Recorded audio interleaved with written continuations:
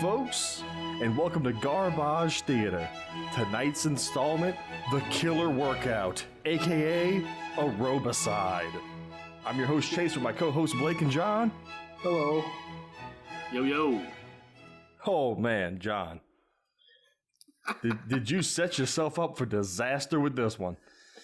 Well, wasn't really my intention to set myself up for disaster. I don't think it was your intention in season 2, but longtime listeners know what we're talking about. John's gonna have a rough night tonight. He just, we said it'll only last for season 2. We let it go. You offer yourself up on a silver platter like this. Then this happened. Yeah.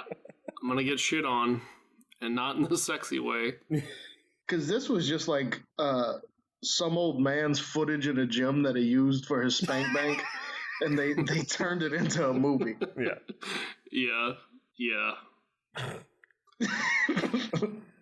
What was that movie? Was it Dirty Work? Or Norm Macdonald's dad is always watching aerobic videos. Yeah, it's that guy's home movies. Yeah. That's exactly what this is. That being said, it wasn't the worst thing we've ever watched. No. Especially for not by a long shot. A horror movie, a slasher movie, it was decent. Yeah, TNA aside, it was okay. Well, no, I mean it was still pretty shitty, but comparatively. Well, coming on the heels from Amazing Bulk, this was great. This was a treat. Yeah.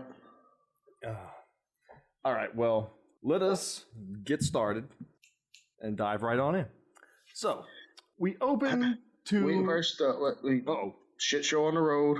Oh, yeah, let's get this shit show on the road. God, we've been sucking at that this season. Yeah, and also I have...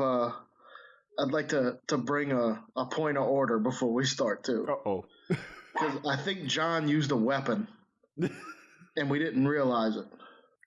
What? Yeah, I think John, all this time he's been playing like, oh, I don't know, I don't have a weapon, blah, blah, blah. And then he pulls out the Erotonomicon and pulls out this movie.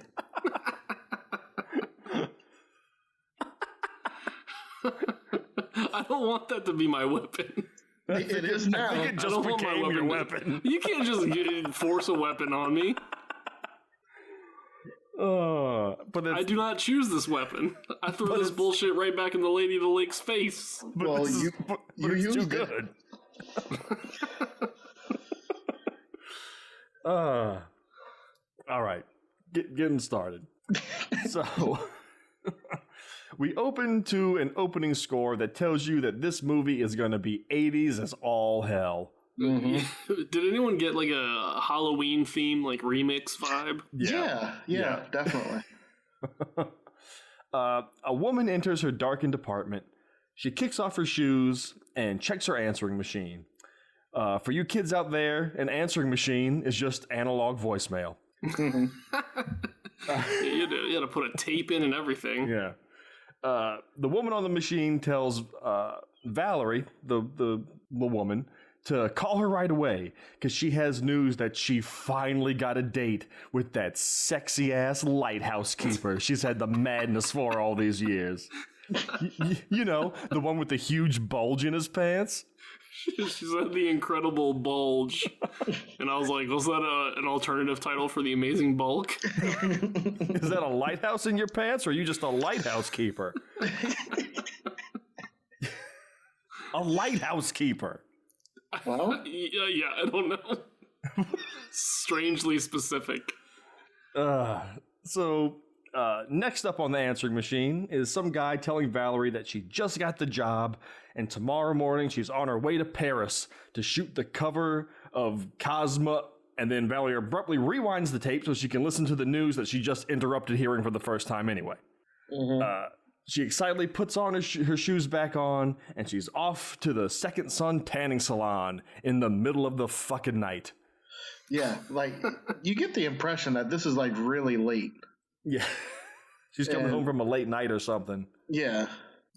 But then, tanning place is open. Yeah, the 24-hour tanning salon. She disrobes and climbs into a tanning bed as the music turns sinister. The lights begin to flicker and the tanning bed shorts out, blasting sparks out of the pyrotechnics that you can clearly see stuffed into the bed mechanism. Through the crack in the bed, we can see Valerie writhe in agony as flames erupt from within, causing the bed to internally combust several times. During this whole thing, I'm like, does anybody work here? She's screaming and there's explosions for a solid minute and no one comes to help. It doesn't happen to me often, but every once in a while when I watch a movie and somebody dies a horrible death, I actually feel for them. And I'm like, man, that would really suck. For some reason, I was like, oh God, poor girl. I don't know why. It just struck a sympathy chord with Blake for some reason. Yeah, some poor innocent girl just trying to get a job. Yeah. I've seen some fucked up shit in movies, but every once in a while. Of all things. Yeah. Yeah. When I saw it, my first instinct was just to say, boom, roasted. Yeah. So, cut to the next day. So she gets in there and takes off her robe. Now we haven't seen her face at all. No, they're going through great lengths to hide her face. In her apartment, the top 4 feet of her apartment is just a black hole.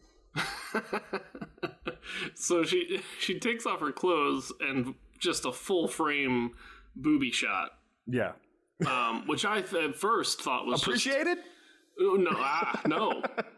Of course you did, John. I thought it was exploitative. Yeah. You can try to set yourself up as much as possible at the jump here. It's not going to work. Well, listen. At this point, John wasn't in trouble yet. At this point, yeah.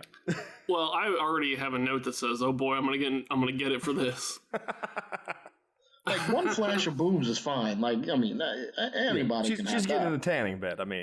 Yeah. Well, you didn't have to do the full frame, just the boobs thing.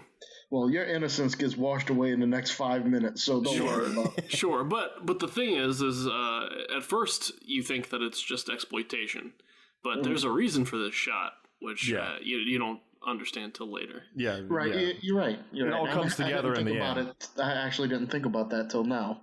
Yeah. Comes together in the end.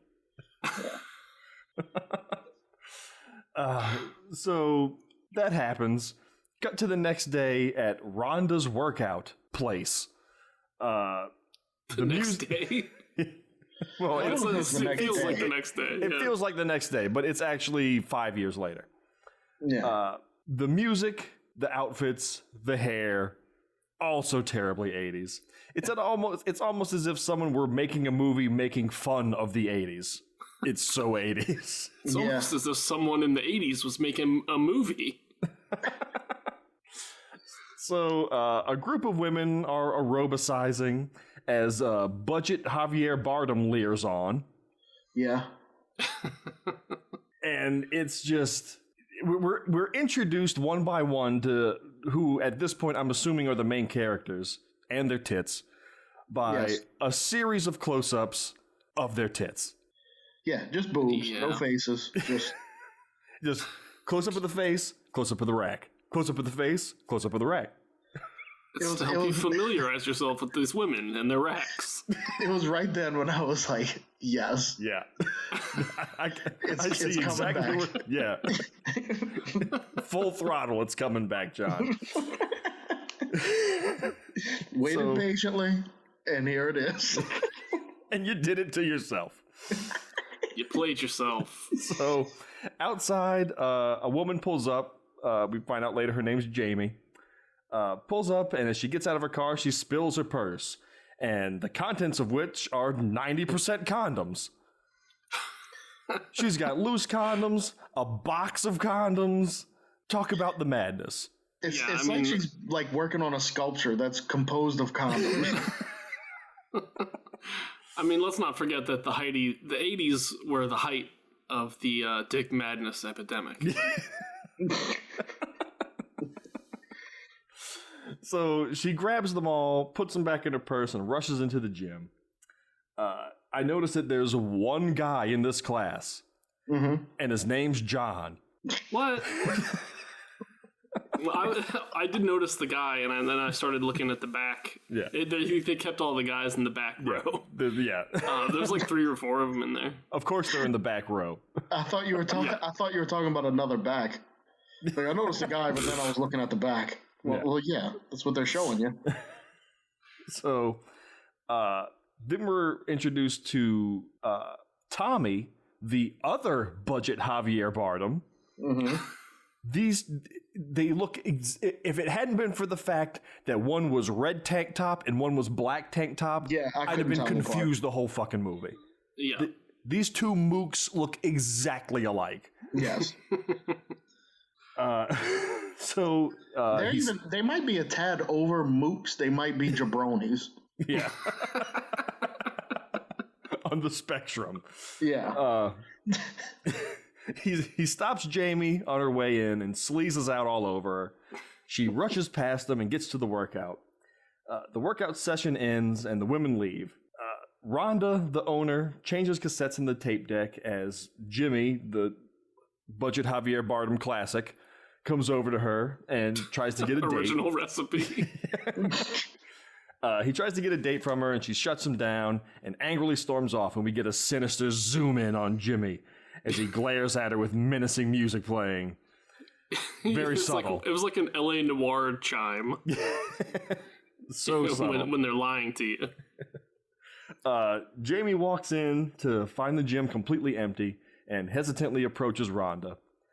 Rhonda pulls Jamie into her office and chews her out because she had to teach Jamie's class because she was late, and apparently this isn't the first time. She tells Jamie to go lock up another 5-minute workday in the books.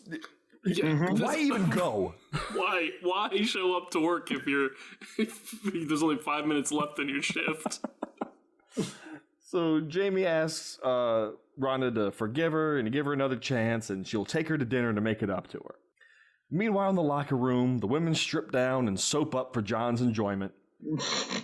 All right. One girl stays behind alone in the shower. The girls all head out of the gym, followed by Tommy, who hits on Jamie one last time, successfully this time, as they make plans to meet at the club later at 10. Jamie locks up, no one having told her there's still a girl in the showers. Right. Including the friend of the girl who left her there. She just walks the hell out. Not my problem.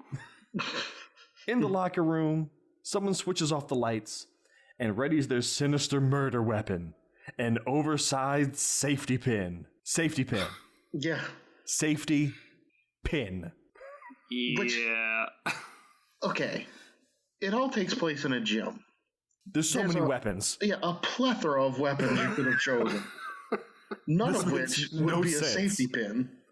If you worked in like a cartoon diaper factory, I can see a giant safety pin. Yeah. That'd be about it.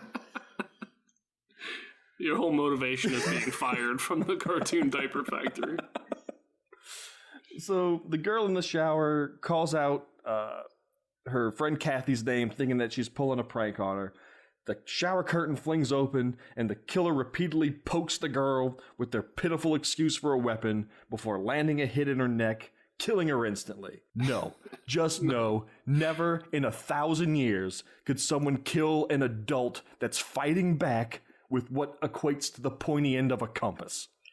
And what, it would take like an hour to kill somebody with that thing. The crazy thing is, the first time she hits her with the pin, it like just stuns her and she doesn't do anything. And then when she starts going nuts on her, that's when poison or something. Yeah. So Jamie heads back to the women's locker room where the killer is dragging the body, but she's distracted before she enters and instead heads into the men's locker room where she starts picking up towels from the floor. Rhonda surprises Jamie, catching her oogling jock straps or something. Yeah, she's just holding and inspecting very carefully a jock strap, as if she was hoping there was a dick still in it or something. Yeah. And see, that's something I never understood. Like, like why can't I talk right now? The women's underwear thing? Like the vending machines in Japan that have used women's underwear. Like, there's no market for men's.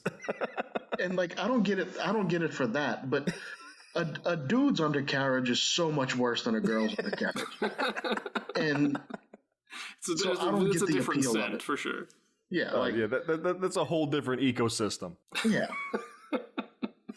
And then, he's working out in his jockstrap. He is, obviously. So what's her deal? She's just amazed at it. She's like, can you imagine all the penises that were in here? This smells like a good one. God. So Rhonda laughs at her and tells her to hurry up doing whatever she's doing so that they can go to dinner. Jamie continues to search the locker rooms when she opens a locker that's slightly ajar, only for a big rubber arm to pop out. Okay. Why is there a fucking fake arm in this locker? They haven't set up any pranksters yet. I know. So she scoffs and shoves it back in, slamming the locker door shut, which opens the adjacent locker, to which the girl's dead body slumps out. Gotcha!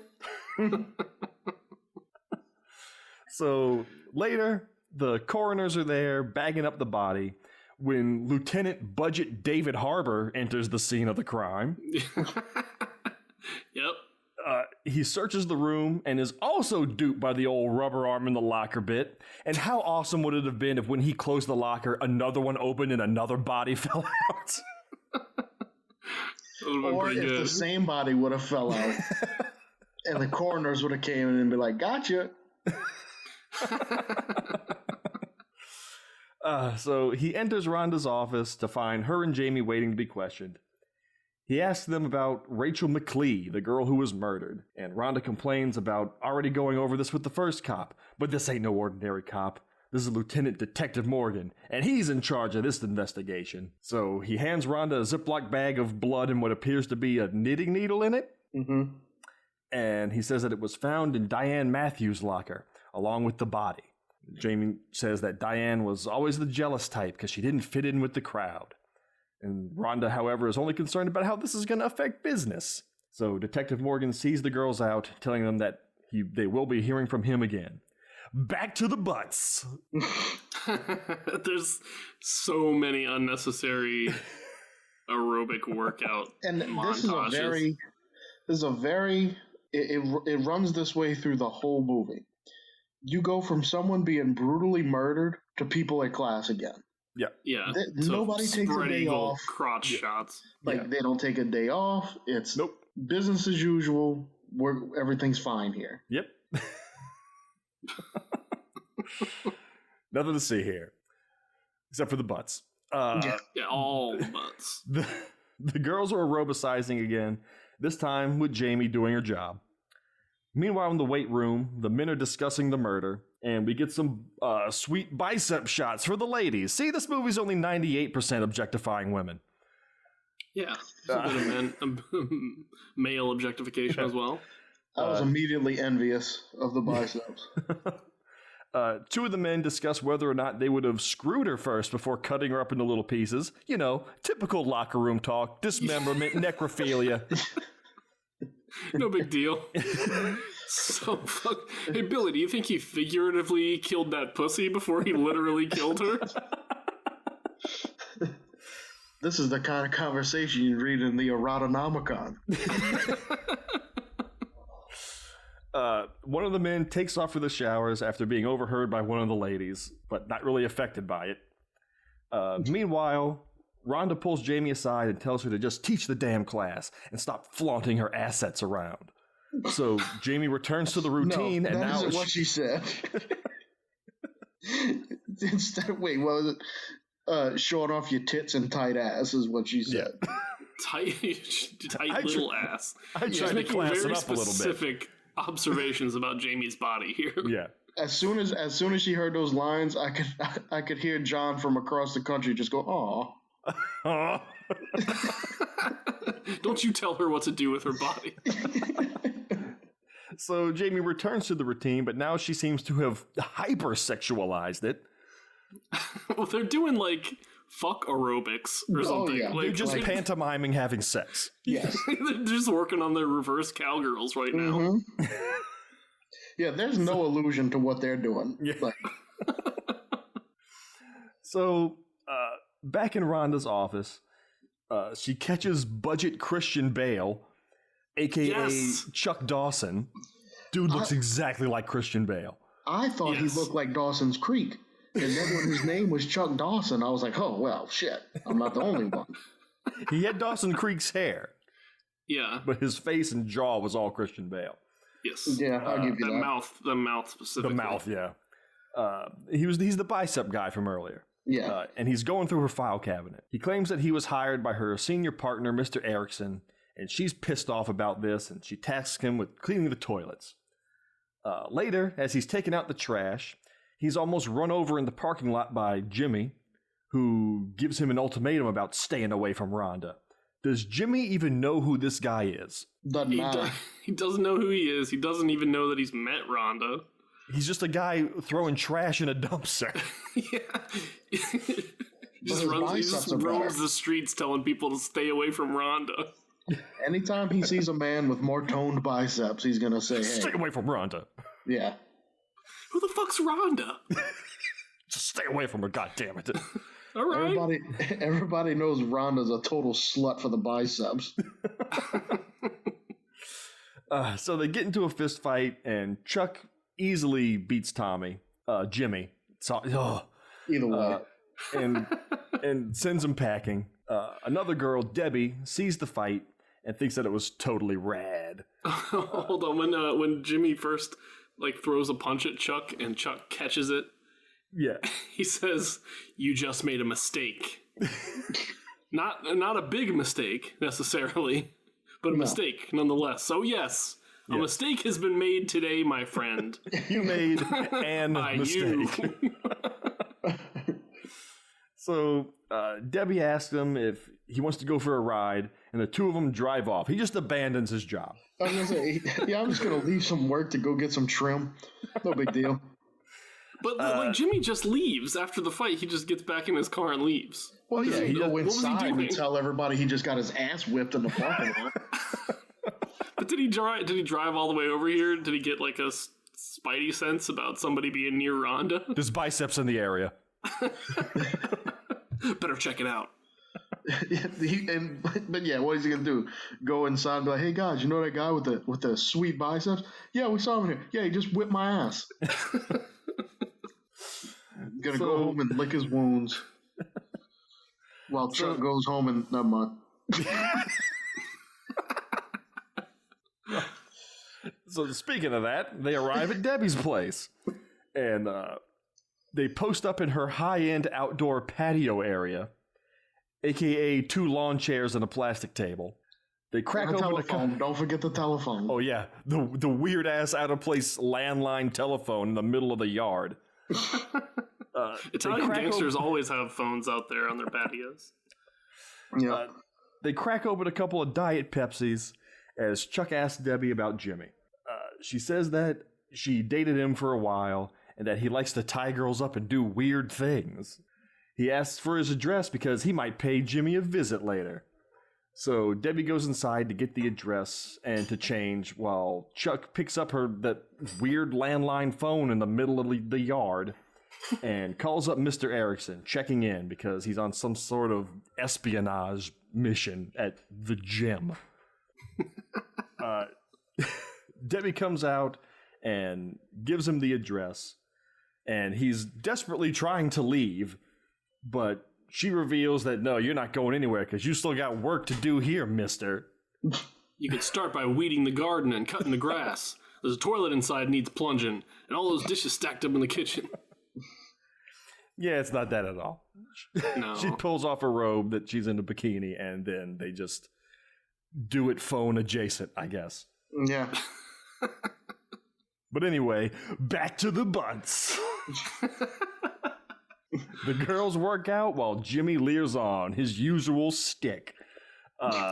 Diane approaches him to ask him what his plans are later, And he shuts her down and walks off because he's only into Rhonda. Later that night, Diane is walking down the sidewalk alone. They show Jimmy outside in the front of the gym for some reason. I don't know why. But then a sinister figure is following the girl and pulls a revolver out of their glove box. And it's Detective Morgan, who radios HQ about getting the report back from the lab about the needle that was used in the murder.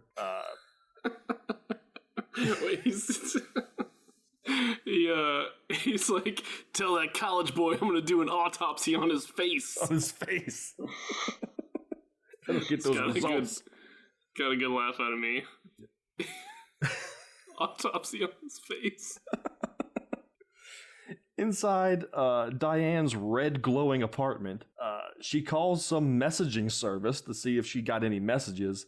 None at all. Poor, lonely, miserable Diane. Which I think that was even before my time. Yeah, the messaging services. I've seen answering machines, but I've never seen anybody call a number and see if they had any messages. So Diane first I'm skipping ahead here. Detective Morgan comes up and starts pounding on her door, demanding for her to open up. Diane, understandably, is wary of this and returns further into her apartment. Just then, the murderer sneaks up behind Diane and stabs her a couple of times with the dinky little safety pin. Detective Morgan then breaks down the door and charges up the stairs, gun drawn. Blake, anything? No, that's fine. He said he was a police officer, and he heard sounds of distress coming from the house. I don't think he heard shit because how loud is a safety pin? She made noise. It's okay for him to enter. We're good. I thought for sure Blake was going to have a problem with this whole scenario. When I saw this scene, I was like, that's what he thinks I have a problem with. Obviously, this man doesn't understand the Constitution. Maybe I need to get him a copy of it.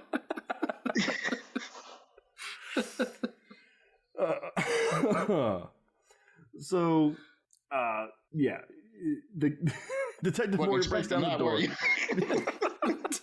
No, I thought for sure there would be a rant. Oh well. You weren't expecting a rational answer from me. As Detective Morgan runs up the stairs, the killer explodes out the window as if they were rocket propelled and runs off into the night. It reminded me of Bloodbeat, the way they jumped out that window. That old man, that crippled old man. I don't think Frank's sick at all. So Morgan finds Diane's lifeless body and returns to his car. He gets another call on the radio that the knitting needle found in Diane's locker was not the murder weapon. No shit, he says. Are you going to call this in, Morgan? Are you just going to leave that your hunch was defeated? Probably just looks hella suspicious now. So, we cut back to the gym where the killer is washing off their hands and their safety pin and takes off a wig. Rhonda closes up the gym and hears something and starts calling out for them to show themselves. And Jimmy scares her and tells her that you just need to relax. I'm not some crazy killer. She agrees, but she says that you're also an asshole, though, and leaves. Cue another menacing zoom in on Jimmy. And maybe I'm just an idiot, but at this point, I was good and confused as to who the killer was. They throw a misdirection every which way. It wasn't until the end where I was like, oh shit. Yeah, it was it was a real twist. You can see it a mile coming usually, but they did a good job. Like I was like, no, it's got to be this one. No, it's got to be that one. Okay, I have issue with this because I did see it a mile coming. I didn't. Because when I went to play it on Amazon, if you read the synopsis, it pretty much just gives it away. Well, there you go. You think I'm going to read anything? So there's things that Blake Otan's known for, and reading ain't one of them. So meanwhile, outside, 3 hooligans run up with spray paint Aerobicide and Death Spa on the glass windows of the gym. 2 competing movies. And also, 2 better names than Killer Workout. Killer Workout. Yeah. Aerobicide was was legit. They should have stuck with Aerobicide. Yeah. That's what it's called in the UK. Mm. And didn't you say that Death Spa comes out after this? I wasn't totally sure. It could have come out before. Yeah, I didn't do any research. Either they paid homage to, or Death Spa got their name from this. Yeah, predicted Death Spa. Yeah. The last scene in Death Spa was homegirl getting in the tanning bed, and that's what this one takes up. There you See, go. Good shit.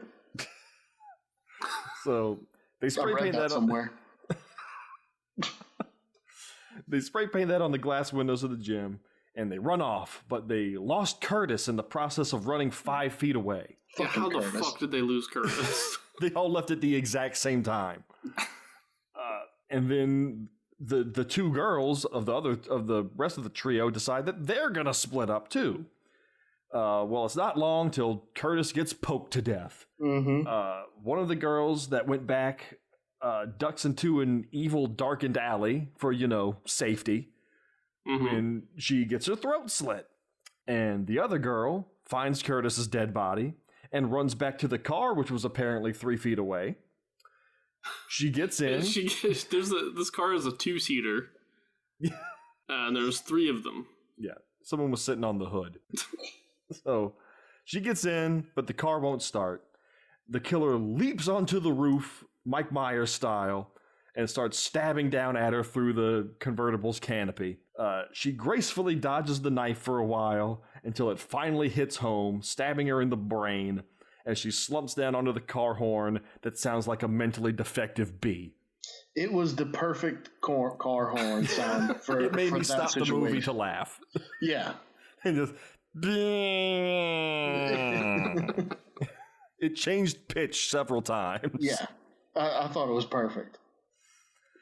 So the next day, coroners are picking up the bodies, and it's back to the butts. The coroners too are they end up being a punchline at some point. Absolutely.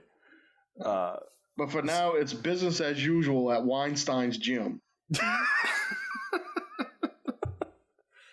They're just slinging ass all over, all to that hit 80s song, Rockin' Rock.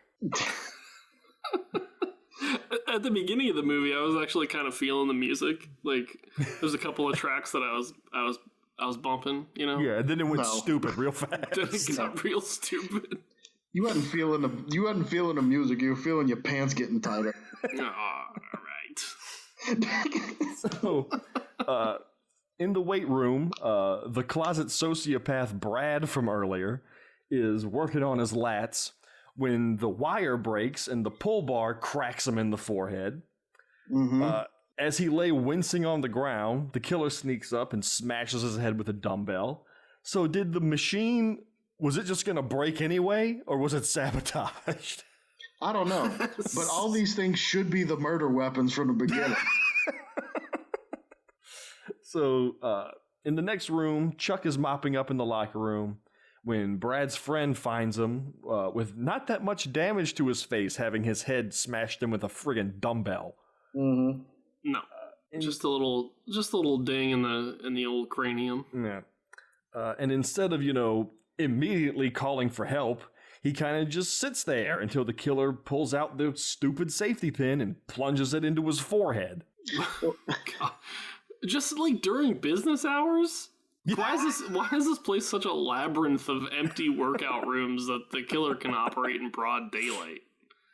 It's like that fucking bakery in Ginger Dead Man. It's just impossible space. It's 30,000 square feet. So he would have used a phone to call 911, but he was nowhere near a backyard patio. So, back in the locker room, Chuck snoops around in the guys' lockers. Tommy walks in and finds the bodies and squats down to inspect them. Then Jamie walks in and screams, which sends Chuck running in on a rampage and attacks Tommy, knocking him out cold before he can explain anything. He fucking annihilates Tommy. Later, the busiest coroners in the county come and haul off another 2 corpses. Morgan starts questioning Chuck about being hired on right when the killing started. Meanwhile, in the locker room, Jamie is comforting Tommy by taking her top off and having sex with him. When Tommy comes in through the door behind him and pulls Jamie's head back, and she tells him goodbye, and he slits her throat. Tommy then gets in a struggle with Tommy, and what is this Dagobah bullshit? Well, I will say this. Until he snaps out of this little dreamlike state, I thought it was the two different guys. So did I. I had to go back and rewrite that whole paragraph to make that Dagobah joke. Because at first I thought it was him fighting the other goon. But no. You know how many times I paused it and I would go frame to frame between the two of them? Like, which one is that? Oh, is that the same person? Why are we getting a Tommy dream sequence in the first place? He's not even a main character. Like, I don't care what his dreams may reveal about his psyche. Hey, spoiler alert, the main character isn't even the main character, apparently. So at this point, like, I chuckled because the next shot is the coroners are back again picking up Tommy. So I guess they just pulled a Yui and came back for him. No, every time they show up, there's a shot of them zipping up a body bag. Yeah. They just went run out into the parking lot. Hey, wait. We got another one for you. I'm also thinking that at this point, I'm like, okay, 7 people have been murdered in or around this gym in what I'm assuming is about 3 days. There's no way they're going to be open tomorrow. They're open. They're always open. Back to the ass shots immediately after. Yeah, well, these people... We completely skipped over Tommy's death here. We glossed right through that. What do you mean? We just said they zipped him up in a body bag. Yeah, we didn't talk about him dying, though. We just said that he dies. Nah, who gives a shit? So Tommy... Some jabroni with a bad haircut died. Let's move on. Yeah. He wakes up from his stupid dream to Detective Morgan asking him questions. Morgan tells him to stay put because there's an officer right outside the door, and he leaves. 2 seconds pass, and he gets safety pinned to death. No one's entered that room. There's a cop on the other side of the door. Did they disapparate into the fucking room like Harry Potter? Well, that cop is completely useless. Yeah. So, anyway, back to the butts! These people are absolutely maniacal about getting in leg day. Like, they'll go to a murder house. They don't care. Yeah. The women are working out while the coroners decide they're just going to set up their own room in this place. They bag up Tommy. Meanwhile, in Rhonda's office, she takes out a sinister-looking Jaguar hood ornament / letter opener just as Morgan enters. And he tells her that he wants to talk to her, to which she responds, "That makes 2 of us." That's not how the "that makes 2 of us" response works. Yeah, that's great. She's like, what? What did you just say to me? Maybe your goal was to just disarm him, you know? Wait a minute. He's just befuddled and just leaves. I forgot why I came in here. So she tells him that she just spoke to her partner to beg him to keep the gym open, but he already wanted the gym to stay open. And she knows there's a reason behind that, and she just wants to know what it is. I know the reason behind it. Because Cosby's selling plenty of pudding, and he still wants to be a partner in this gym. So she asks him if he's even capable of doing his job here, and he says that he's got several suspects, just no motive yet, but he'll figure it out. Morgan tells her that he's leaving an officer behind for the rest of the evening. Hopefully not the one that was guarding Tommy. Right. After Morgan leaves, Rhonda runs into Jimmy again, who offers to help with the whole situation. Rhonda turns him down and leaves, and I was so praying for a third sinister zoom in on Jimmy's face as he watches her walk away. Didn't happen, though. Morgan heads out and tells the officer to check in every hour. Meanwhile, as Jimmy is cape-fearing away in a weight room... he is pumping iron with much ferocity. Chuck, wearing his sneaking hat and matching tank top, breaks into who I'm assuming is Jimmy's apartment. he finds a small arsenal of handguns and a stalker photograph wall shrine to Rhonda. Later, I have to interrupt about his hat, and I may be if this is a question, I'm sorry. It's not. Okay, but his hat said, wait, I got it right. Matthews Metal Products. Yeah. So I looked it up, and Matthews Metal Products, obviously a metal company in California, but they closed within the past few years. They had been open for a very, very long time, and I went to their site that was pretty much shut down, but they still had one email that you can contact people with. So I sent them an email and asked them if this was the same Matthews Metal Products that was featured in the film Killer Workout. I don't have a response yet. Okay, I was gonna say, and no was hanging with yet. that. I was hoping to have something before we recorded, but no response. So later, he leaves Jimmy's house, and he's now in the bushes of Rhonda's apartment, watching her swim. But Jimmy, for some reason, is also in the bushes for some fucking reason. Get your own bush, asshole. Rhonda's bushes are just full of dudes. Just full of jamokes, just staring at her. So he attacks Chuck, defending his territory like a fucking warthog or something. Rhonda runs inside as the two fight. Jimmy's got the upper hand for most of the fight until Chuck turns the tables. But after failing to smash Jimmy with a trash can, he gets a metal rake and straight up starts trying to kill Jimmy with it. This isn't one of those little flimsy, thin little metal. This is a substantial, clawed rake that he's swinging at Jimmy's face. Jimmy, though, unknowns to Chuck, trained with the ghost of a Bruce Lee impersonator, and does some sweet half-ass dodge maneuvers until Chuck gets a lucky strike and buries the rake in his thigh. Forget sweep the leg. It's all about rake the leg. Yeah. But this only enrages Jimmy, who beats the crap out of Chuck and knocks him into the pool. So, later, Chuck awakens on Rhonda's couch. Rhonda and Morgan are there, but Jimmy isn't anywhere to be seen.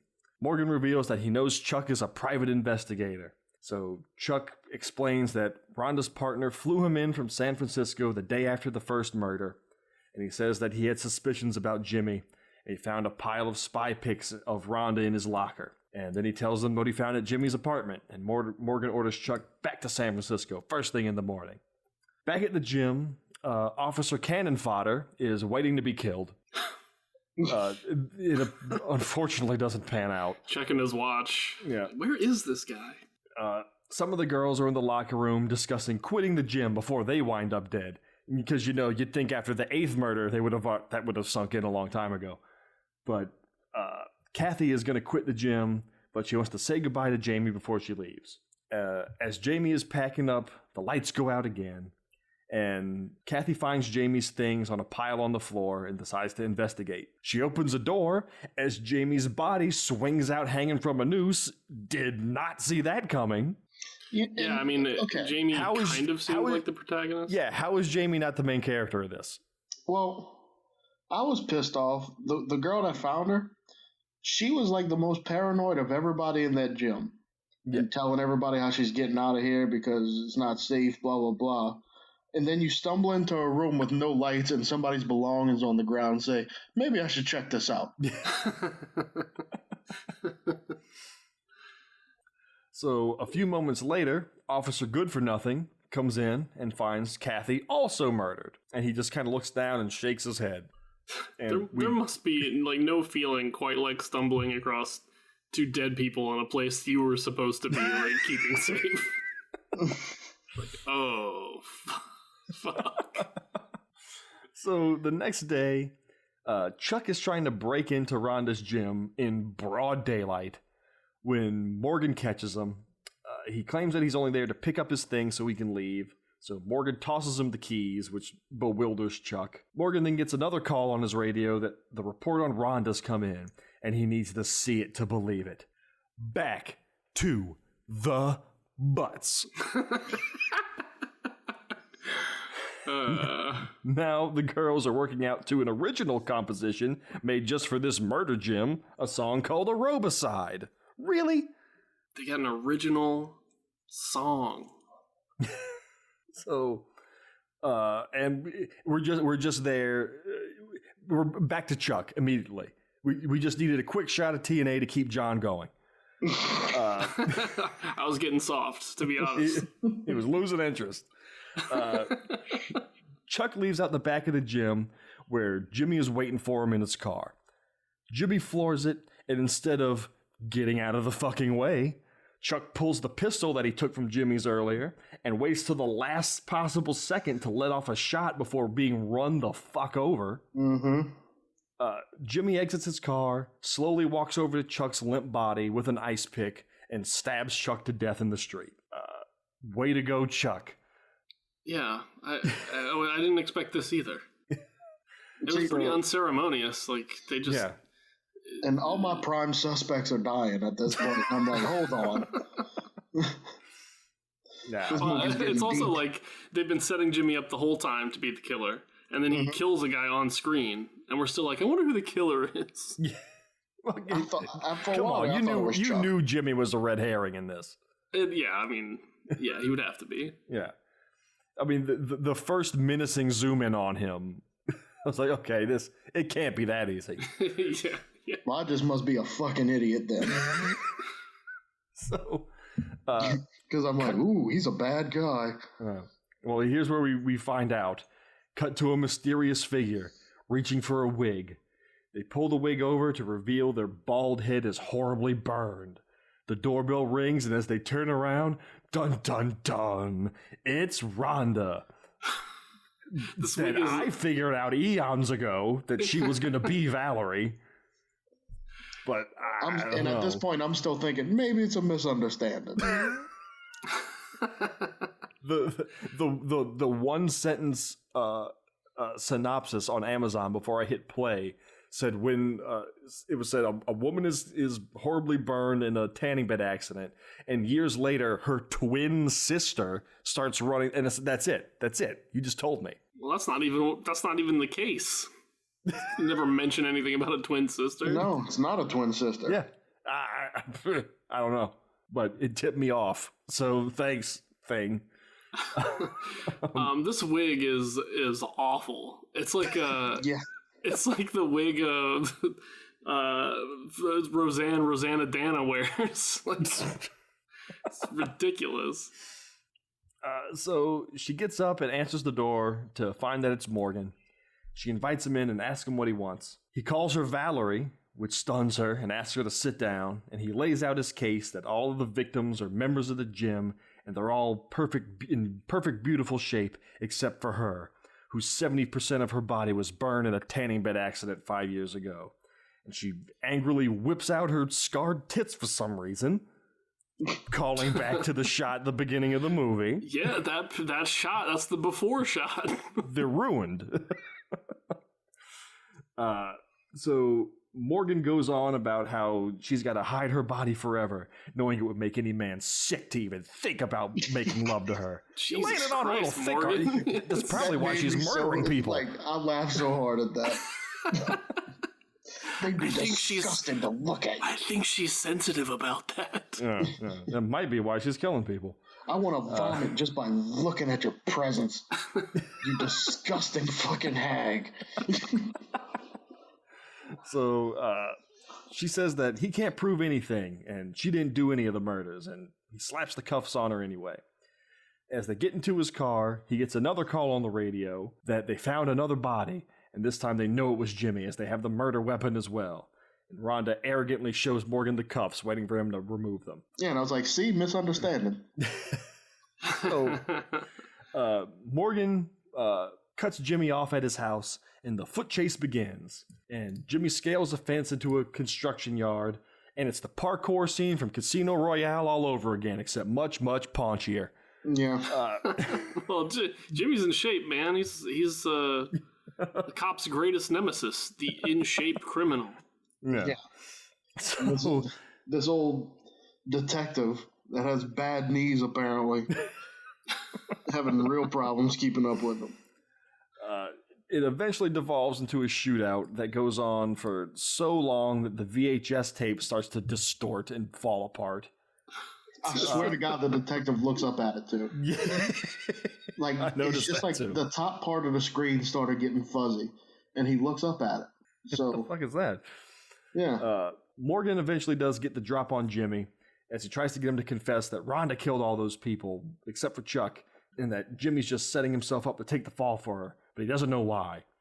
But then Jimmy overpowers him and knocks him out cold. Doesn't kill him, just leaves him. There's 2 guns laying there. And Jimmy's a homicidal maniac, but we'll leave him there. Leave that guy. Back at the gym, Valerie sits in her office, looking at herself in the mirror until she smashes it from disgust. Outside, Jimmy arrives.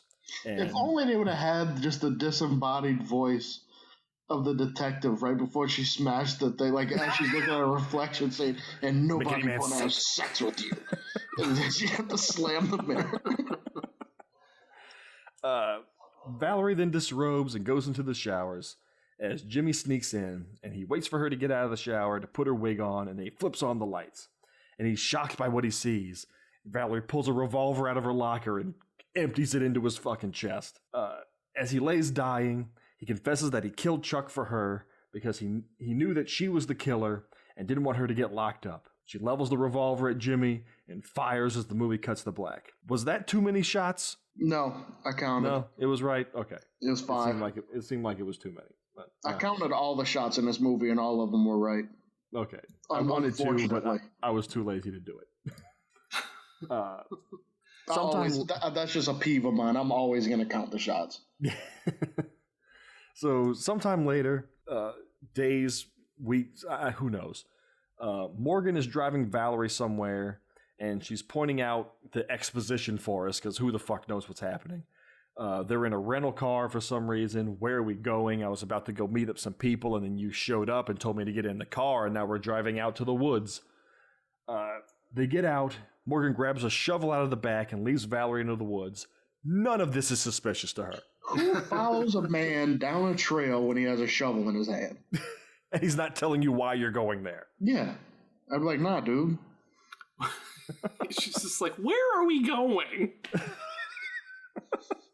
So she stops and she makes him tell her what's going on. And he explains that his father once owned all this land and he was going to retire here, but he was killed by some punk that he pulled over for speeding years ago. And he tells her that his father said that there's a very thin line between right and wrong. And 25 years ago, he crossed that line. There was a serial killer named the Midnight Strangler who killed 10 people in the course of 2 weeks, but his dad caught him because he's a super cop. But the courts released him on a technicality, and the killing started all over again. But a few weeks later, the man mysteriously disappeared, and he knew that it was his dad that did it. Morgan then draws a gun and tells Valerie that today, he's going to cross that line. And Valerie still... All I can think is, stop explaining shit. Stop explaining shit. Yeah. Just shoot her in the face. Line. Cross the fucking line, dude. Valerie still denies killing anyone except for Jimmy, and that was in self-defense. She says that he's just butthurt that he couldn't solve the case, and that he can't just kill her out here in the woods, where there's no witnesses or anything. He says that the time is now, and continues to monologue on and on and on. Giving Valerie enough time to grab the shovel and knock him the fuck out. Okay. One more time, everybody. All together now. Back to the bus. Yeah. So Valerie returns to her gym as Rhonda, and everyone applauds her as a hero for killing the maniac Jimmy. She goes into her office to get her spare keys as one of her employees tells her all about this 2-for-1 deal she wants to pitch to get more people into the gym. Rhonda says that she loves the idea, and now she knows that the gym's going to be packed with gorgeous bodies. Rhonda says that the woman leaves, and Rhonda pulls out her spare keys, revealing their keychain to be, dun dun dun, a giant oversized safety fucking pin. Rhonda then breaks the fourth wall and snickers to the audience. And then, just to leave you with something to make John happy, we get a montage of all the gratuitous ass shots from the entire movie. And then we hang. The last shot of the movie, we hang on a lone image of an overweight gym member struggling on an exercise bike, and we cut to the fucking credits. John was so excited that they went back to the well just to show more chicks putting their asses in their tits. That's somewhere it was just convenient. Like I don't have to rewind or anything. He was so excited that somewhere in the woods a redneck was disemboweled by a samurai.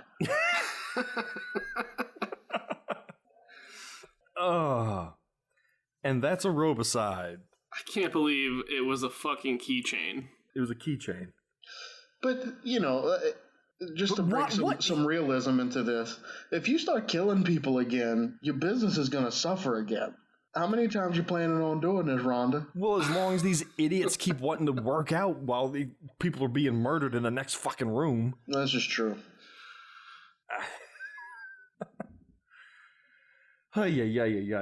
Goodness gracious. Well, it's time for me to expand my lead, gentlemen. Yeah, I guess. Yeah, probably. It's me and Blake up with the questionnaire. How many I got so far? Like 1? You got 4. I have 11. Jesus Christ, dude. It's officially the point in the season where I stop caring because I'm not winning. Until a miraculous fucking comeback happens. Yeah, some kind of craziness. I don't know. You'll probably get a couple of these. You guess 5 right, and then I shit the bed on one. Yeah. Okay, here we go. All right. Question 1.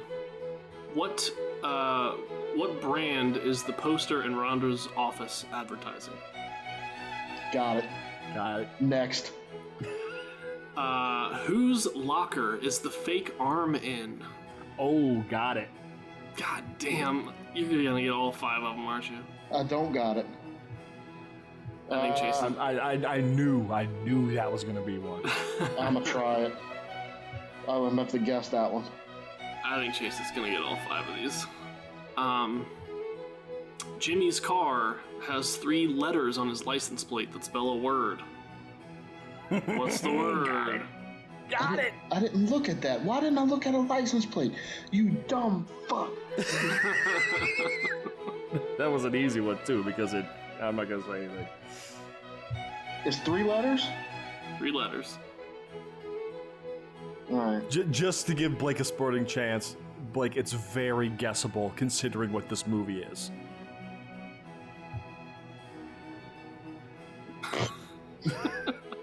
It's not ass. It's not ass. Alright, moving on. The last 2 incredibly easy questions apparently for you. How long was Morgan's dad on the police force? Thank you. God damn it. And finally, how many times was Morgan's dad shot? Oh, John. I knew you were gonna get all 5 of them. Oh, John. I figured. Okay, so the thing, I had more questions, but you ruined them. So, and then when you got to this point, I think you deliberately left out those 2 pieces of information in case they were questions. Yeah. He's been doing that. I've been noticing. I know he's been doing that. He's got a bit of an advantage. Oh, hey, anytime you guys want to write a novelization of one of these shit piles of a movie, be my fucking guest. Nah, you can keep fucking cheating. All right. There's so many questions you could have answered if you wouldn't have been fucking staring at the asses. And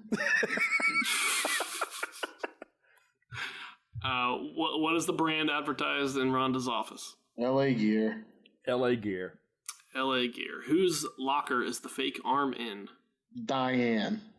Kathy Jones. It's Kathy's locker. Diane's where they found the real body. Yeah, Kathy, the one, the no nonsense, I'm getting the fuck out of here one. She's the prankster. Yeah. What is the word on Jimmy's license plate? No clue. Jim. Jim.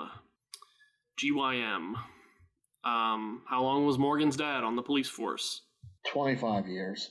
30 years. It was 30 years. I was going to say 30. How many times was Morgan's dad shot? 3. 4. 4 times. Fuck you. This whole thing's fucking stupid anyway. Who gives a shit? Well, Chase is, I think, officially uncatchable at this point. Yeah, I think so. You have like 10 more points than anybody. I've got 16. John, you've got 7, and Blake has 5. Yeah, that's. I'll ridiculous. do the math and see if it's even possible for me to come in third. I might have clinched chestnuts roasting on a dumpster fire month. Yeah. We'll see. I got 2 sweeps this season. Shit. Of all the questions you could have asked, John. What? I was looking too. I mean, I thought the Kathy Jones question was going to be tough. Anybody know how many members were allowed in the aerobics class? No. 40. It was on a sign.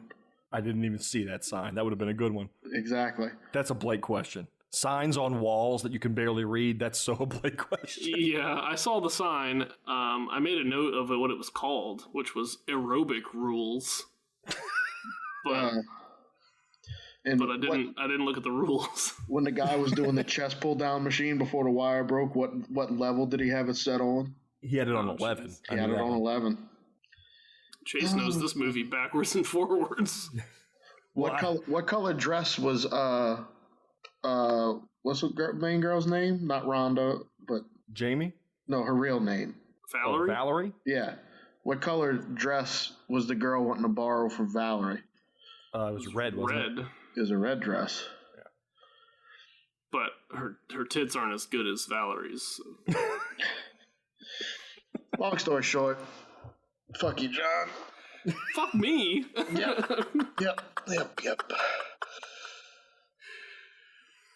Oh, I don't want to wait a minute. You didn't. They're easy. These were easy questions. They were very easy questions. I'm not looking for the easy stuff anymore. I'm looking for the hard stuff.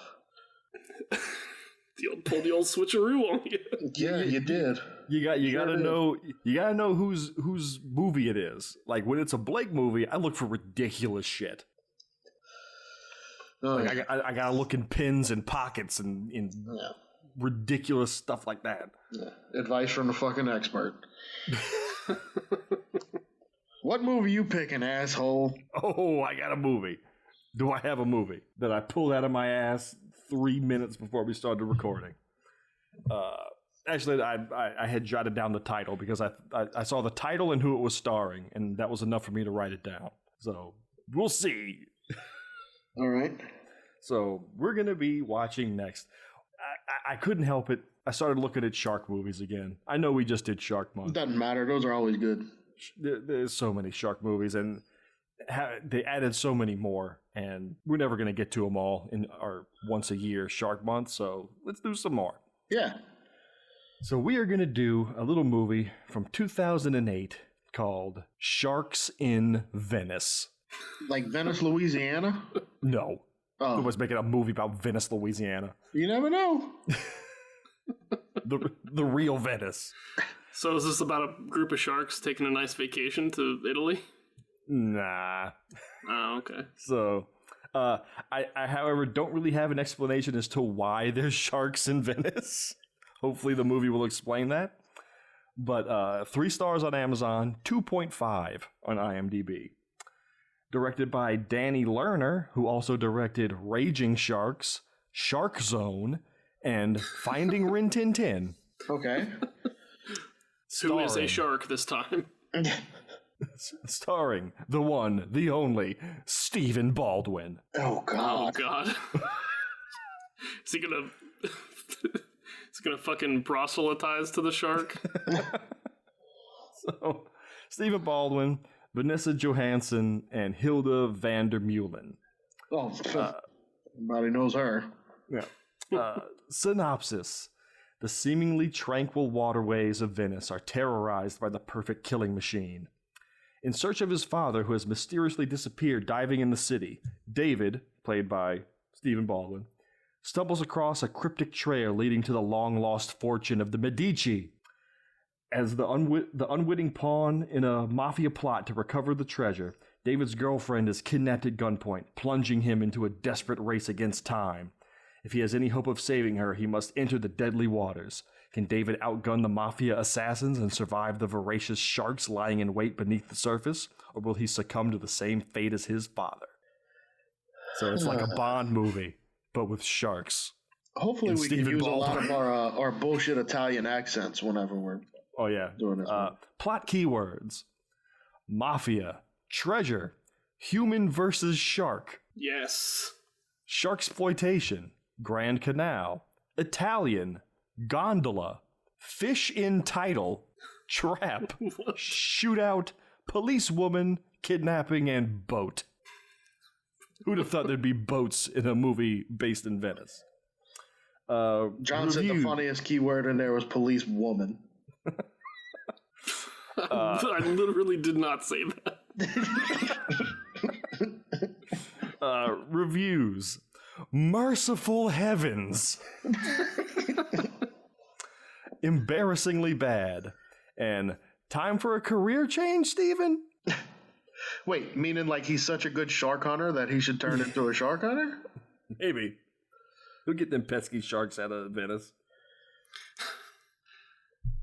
So there we go. That should be horrible. Yeah, sounds like fun. It is going to be fun because I ain't going to take any more notes just watching these movies. Blake's done. I'm out. Yeah, I mean, one more sweep like this, and I'm gonna give up too. I figure, you gotta compete for second place. Yeah, John's never gotten to compete in a special month. Let him have one. Yeah, that's what's happening. Well, that's up to you then, Blake. Yeah, don't worry, John. I'll pick a lot of movies with tits in them. Your eyes will be glued to the screen. Rednecks are gonna die so much. Yeah, I mean, you still got to compete for second place to get into the special month. Yeah, you can have a shot at your weapon. You can have it, John. He's 2 ahead of you. It's over. It's pointless.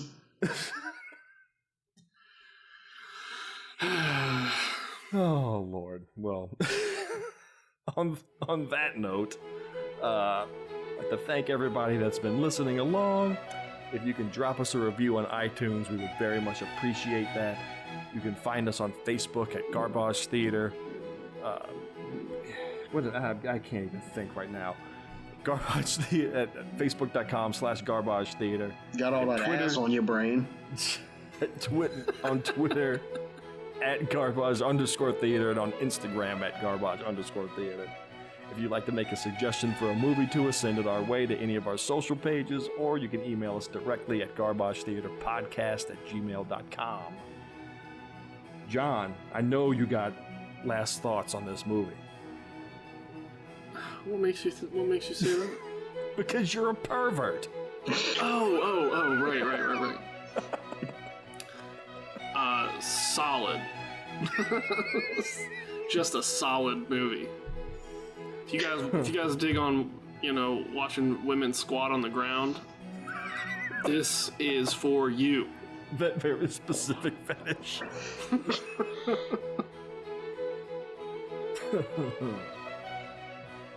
Blake, anything? About the movie? Yeah. No, just in general. The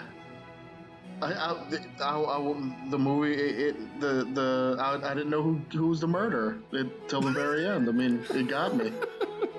I'm a simple man, and I'm not a smart man. And John told me before I started watching it, he was like, show up for the murder, but stay for the tits. And I went, yeah. I told him, don't watch this one with your wife. watch it alone. Yeah, he told me all Just you kinds and a of box things. of tissues. That's all you need. Yeah, he told me all kinds of things.